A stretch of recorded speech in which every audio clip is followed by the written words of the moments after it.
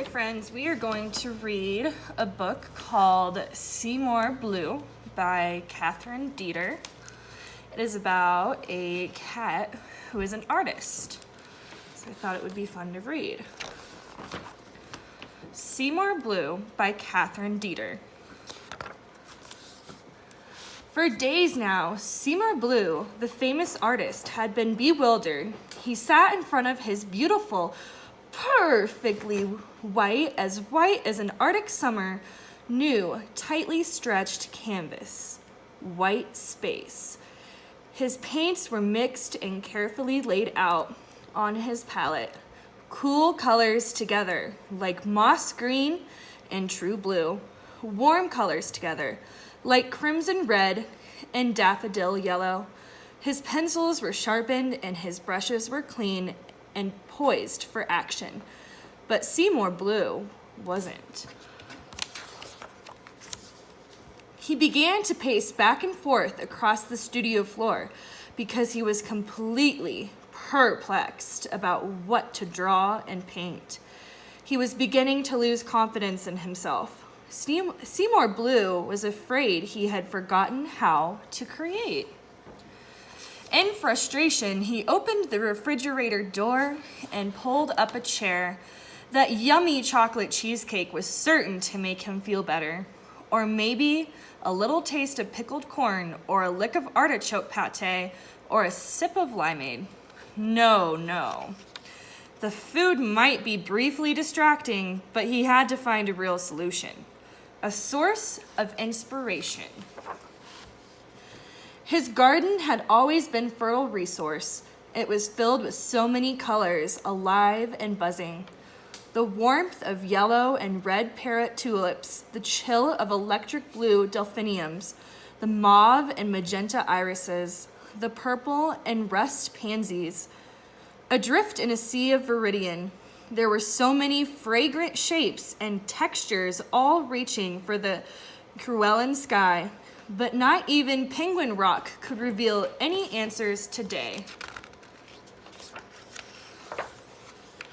The enthusiastic warble of the redding blackbirds led Seymour Bleu to the lake in his pursuit of what to draw and paint.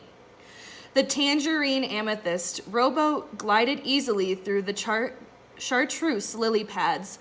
He looked out at the hypnotic rhythmic ripples making colorful patterns on the water's surface. A vague memory of mixing cardinal red paint with canary yellow on his palette flitted across his mind and disappeared beyond some lavender hills. Perhaps he would have another great job. He thought about selling used cars. He thought about working at Cafe Olay. No. He loved color and form and light and shadow, and he loved exploring ideas on his beautiful white canvases. Seymour Bleu, artist for all his days, if only he could figure out what to do to draw and paint. Sadly, he headed toward the noble fur book shop, hoping to find inspiration. There was something reassuring about the smell of fresh-colored inks on creamy new paper. He fumbled through emerald green Bora Bora and flipped across centuries of lumbering dinosaurs. He browsed indigo blue galaxies and drifted by sunken treasures, and in azure mist, he visited studios of the old masters, Leonardo da Vinci and Michelangelo, who were grinding pigments to bring frescoes to life and polishing exquisite figures released from blocks of Carrara marble. Still, no ideas of his own came. Still, he didn't know what to draw or what to paint. The art museum was his last resort.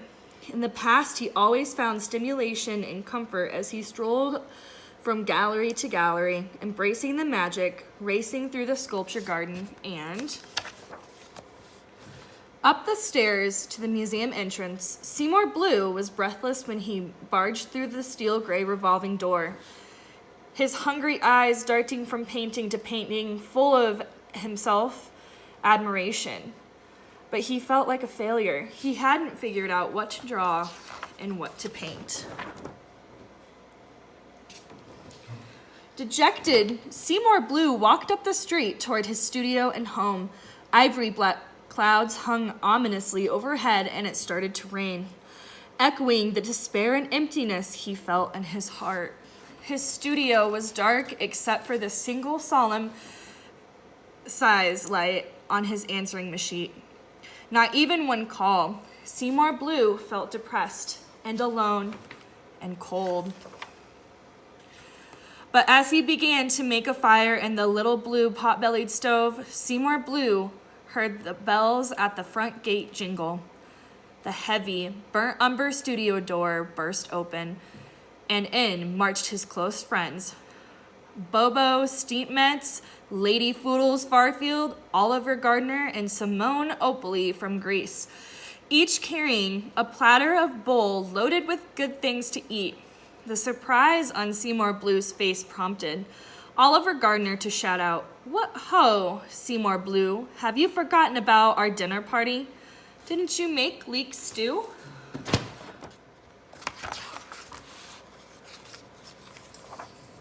The feast was spread out on the table. Among colors and brushes and the tubes of paint, his good friends had prepared delicious dishes, all beautifully presented. And sunbeam gilded Seymour Bleu's heart as his friends shared bounty.